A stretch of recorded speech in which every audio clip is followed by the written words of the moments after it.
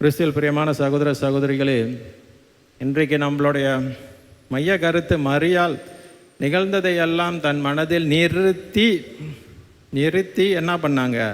சிந்தித்து தியானித்து கொண்டார்கள் என்று நாம் சிந்திக்கிறோம். நம்ம ஆங்கிலத்தில் சொன்னது மரியாள் முதலாக செவி சாய்த்தார்கள், இரண்டாவது அன்பு செய்தார்கள், மூன்றாவது வாழ்ந்தார்கள். கடவுள் சொன்னதை வாழ்ந்தார்கள். அதே நான் திருப்பி தமிழில் சொல்ல மாட்டேன். மரியாளை பற்றி நம்ம பார்த்தோம் என்றால் 4 முறை அவர் விவிலியத்தில் மக்களோட உறவாடுறது 4 வாட்டி தான் வரும். மற்ற இடத்துலலாம் வருவாங்கன்னா பேச மாட்டாங்க. பேசுகிறது 4 வாட்டி தான். முதலாவது யாரு கூட? கப்ரியேல் சம்னஸ் கூட. இறைவனுடைய சித்தம் அவர் வாழ்க்கையில் என்னன்னு தெரிஞ்சுக்கொள்றதுக்கு அந்த கதை லூக்காஸ் 1:26-38. இரண்டாவது யார் கூட பேசுவாங்க? என்னது எல்லாம் அமைதியாக இருக்கிறீங்க? ரெண்டாவது யார் கூட பேசுவாங்க? எலிசபெத் அம்மாள் கூட பேசுவாங்க. விரைந்து செல்வாங்க யூதேயா நகரி. அவரை எலிசபெத் வீட்டுக்கு போய் சென்று அவர் எலிசபெத்தை வாழ்த்திய போது எலிசபெத்துக்கு என்ன நடக்கும்? அவர் வயிற்றில் இருந்த குழந்தை மகிழ்வாள் துள்ளிற்று. அப்போதான் அவங்க சொல்லுவாங்க, பெண்களுக்குள் ஆசிரிக்கப்பட்டவர் நீரே என்று. அது 2வது உரையாடல். அதையும் மரியாள் எப்படி அதுக்கு பதில் கொடுப்பாங்க? ஆண்டவருடைய புகழ் பாடுவார்கள், மெக்னிஃபிகார்னு சொல்லுவோம், அதை பாடுவாங்க. 3வது எங்கே நடக்குது? இயேசு கோயிலில் காணா போனோன்னு லூக்காஸ் 2ஆம் அதிகாரம் இயேசுவோட மரியாள் பேசுவாங்க. 4வது எங்கே நடக்குது? காணா ஒரு திருமணத்தில் அருளப்பர் யோவான் 2ஆம் அதிகாரம் 1-11 வரைக்கும் 4 இடங்களில் தான் மரியாள் பேசுவாங்க பைபிளில். அதில் 2 ஒன்று வாதர் தூதர் கூட, ஒன்று எலிசபெத் கூட. 2 வாட்டி அவங்க யார் கூட பேசுகிறாங்க? இயேசு கூட பேசுகிறாங்க. ஆனால் அவங்களோட முக்கியமான பணிகள் அவர்கள் எப்பொழுதும் மனதில் நிறுத்தி அதை தன் வாழ்க்கையில் அவர்கள் செயல்பட்டார்கள் என்று நாம் பார்க்கிறோம். ஒரு கதை இருக்கிறது. ஒரு கதை ஒன்று சொல்லுவாங்க, இது தெரியும் சிலவங்களுக்கு. ஒருவர் ரயிலில் போய்கிட்டு இருக்கும் போது காசை எடுத்து எண்ணிக்கிட்டு இருந்தார். எண்ணிக்கிட்டு இருக்கும் போது பக்கத்தில் இன்னொரு திருடன் அவன் உட்காந்துக்கிட்டு இருந்தான். அவன் பார்த்துக்கிட்டு இருந்தான். ஓ, நீ இப்போ கணக்கு பண்ணுறியா நெல்லுன்னு.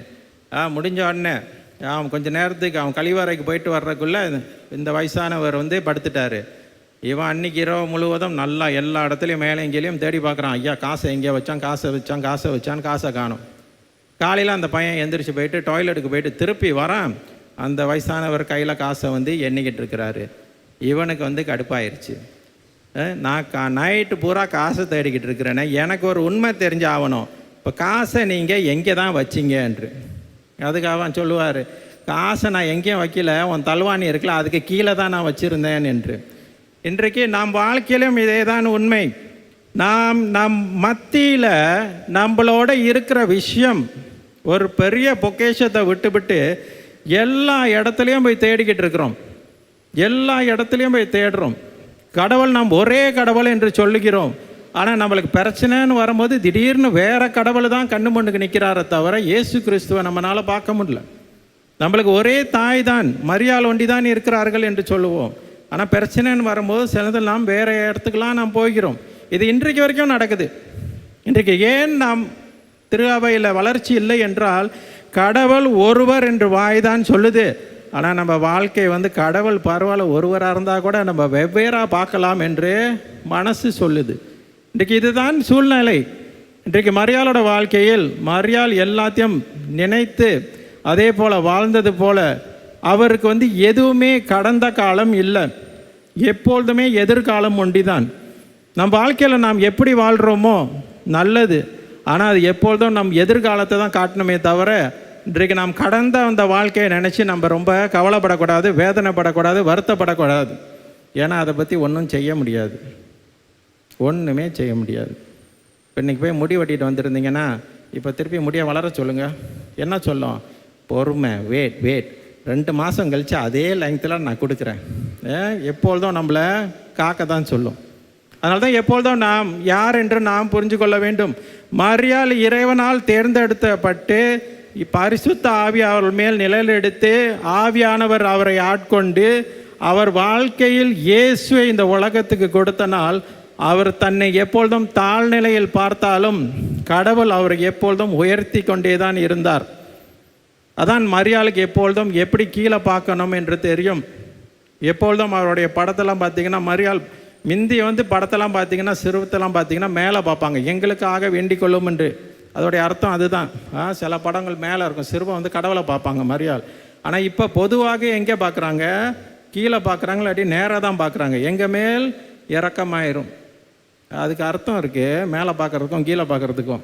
மேலே பார்த்தாங்கன்னா எங்களுக்காக வேண்டிக் கொள்ளுங்க, கீழே பார்த்தாங்கன்னா எங்கள் மேல் இரக்கம் கொள்ளுங்கள் என்று அர்த்தம். இன்றைக்கு நாம் எல்லாம் எப்படிப்பட்ட நிலையில் இருக்கிறோம்? கிளாங்கில் காக்கா இன்னும் நிறையா இருக்கா? என்னதை சிரிக்கிறீங்க? இன்றைக்கி நான் வந்தேன், எந்த காக்காவும் பார்த்து என்னையை பார்த்து ஹாய்ன்னு சொல்லலாம், அதுக்கு தான் கேட்டேன். ஆனால் காடியாக பார்க் பண்ணியிருந்தேன்னா ஹாய் போட்டுட்டு போயிருக்கோன்னு தெரியும். காக்காவை பற்றி பேசினாலே எல்லாருக்கும் என்ன சந்தோஷம். ஒரு வாட்டி ஒரு கழுகு ஒன்று பறந்துக்கிட்டு இருந்துச்சு. கழுகு பறக்கிற டைம் எல்லாம் போய் இந்த காக்கா எப்பொழுதும் போய் அதை கொத்திக்கிட்டு கிடக்கும். இதை மற்ற பறவைகள்லாம் பார்த்துக்கிட்டு இருந்துச்சு. ஒரு வாட்டி அந்த கழுகை கூப்பிட்டு கேட்டுச்சு, ஒவ்வொரு வாட்டியும் நீ பறக்கும் போது கீழெல்லாம் பறக்கிறியே, அந்த காக்கா உன்னைய கொத்துத, உனக்கு அதை உதைக்கணும்னு ஆசை இல்லையா என்று. அதுக்கு அந்த கழுகு சொல்லும், நான் கழுகுல, அது காக்கா, அது என்னைய கொஞ்சம் நான் இறக்கி பறக்கும் போது என்னைய கொத்திக்கிட்டு இருக்கோம். ஆனால் நான் உயர பறக்க என்னால் தான் மூச்சு எடுக்க முடியும், அதனால மூச்சு எடுக்க முடியாது, அது உடனே இறங்கிரும். காக்கா என் கூட ஈடு வராது, அது இறங்கிரும். இறங்குற நேரத்தில் நான் எவ்வளோ உயரம் வேணும்னாலும் நான் போகலாம், நான் ஒரு கழுகு என்று அது உணர்ந்தது. இன்றைக்கு நாமும் இங்கே உக்காந்துருக்குறவங்க எல்லாம், நீங்கள்லாம் காக்கா இல்லை தெரியுமா? நீங்கள் கேன்னு நல்லா கத்துனா கூட நீங்களாம் காக்கா இல்லை, நீங்களாம் கழுகு. எப்பொழுதும் ஞாபகம் வச்சுக்கணும், நம்மளுடைய இடம் மேலே, நம்ம மேகத்தில் இருக்கணும். மற்றவர்கள் நம்மளை பார்த்து இவனை போல நாம் வாழ வேண்டும், இவனை போல நாம் இருக்க வேண்டும், மற்றவர்களுக்கு நம்ம நல்ல சாட்சியாக வாழ வேண்டும். அதுவும் இந்த ஊரில் நம்மளுடைய சூழ்நிலை மாறிக்கொண்டே வருகிறது. எப்போ எது எப்படி இருக்கும் என்று நமக்கு தெரியாது. அதனால தான் மிந்தியோட இப்போ இன்னும் தேவை, ரொம்ப தேவை, ரொம்ப ரொம்ப அவசியமாக இருக்குது. கடவுள் செய்த செயல்களை நம் மனதில் நன்றி உள்ள மக்களாக நிறைத்திருக்க வேண்டும். மரியாள் எப்பொழுதும் இறைவனுக்கு நன்றி உள்ள மகளாக வாழ்ந்தார். நாமும் கடவுள் என்னதான் நல்லது வந்தாலும் தீங்கு வந்தாலும் கடவுள் நம்மளுக்கு செஞ்ச அந்த நல்ல காரியங்கள், சோதனைகள் எல்லாம் நாம் எப்பொழுதும் நினைவில் கொள்ள வேண்டும். இன்றைக்கு அன்பான சகோதர சகோதரி, நான் அந்த உரையை முடிக்கிற முன்னுக்கு ஒரே ஒரு விஷயம்தான் சொல்ல விரும்புகிறேன். மரியாளை போல நாம் இறைவனுக்கு செவிசாய்க்க வேண்டும், அன்பு செய்ய வேண்டும், வாழ வேண்டும். ஆனால் முக்கியமாக நாம் 2 கைகள் கொடுத்துருக்கிற மாதிரி நமக்கு இறைவன் கொடுத்துருக்கிற அந்த பொக்கேஷங்கள், அந்த ஆசீர்வாதங்கள்லாம் நம்ம பார்க்க வேண்டும். ஒரு பக்கத்து வலது கையில் இறைவன் நம்மளுக்கு கொடுத்த நல்ல செயல், இறைவன் எனக்கு செஞ்ச சிறப்பான செயல்னால் எதை சொல்லுவீங்க? 40 வருஷமாக 50 வருஷமாக 60 வருஷம் 70 வருஷம் கூட இருப்பீங்க சிலவங்க இங்கே. இன்றைக்கு நான் கடவுள் உங்களுக்கு செஞ்ச எல்லா அற்புத செயல்கள்லையும் ஒன்று சிறந்தது எதுன்னு கேட்டால் எதை சொல்லுவீங்க? அது உங்கள் வலது கையில் வைங்க. 2வது உங்கள் வாழ்க்கையிலே நீங்கள் அனுபவித்த மிக சோதமான நேரம் அல்லது கஷ்டமான நேரம் அல்லது வாழ்க்கையை வெறுத்த நேரம் என்றால் எந்த ஒரு அனுபவத்தை சொல்லுவீங்க? ஏன்னா இது 2ம் இம்பார்ட்டன்ட். இது 2க்கும் நம்ம நன்றி செலுத்தி ஆகணும். ஏன்னா இது எல்லாம் தான் நம்மளையே உருவாக்குகிறது, நம்மளுடைய விசுவாசத்தையே வளர்க்குது.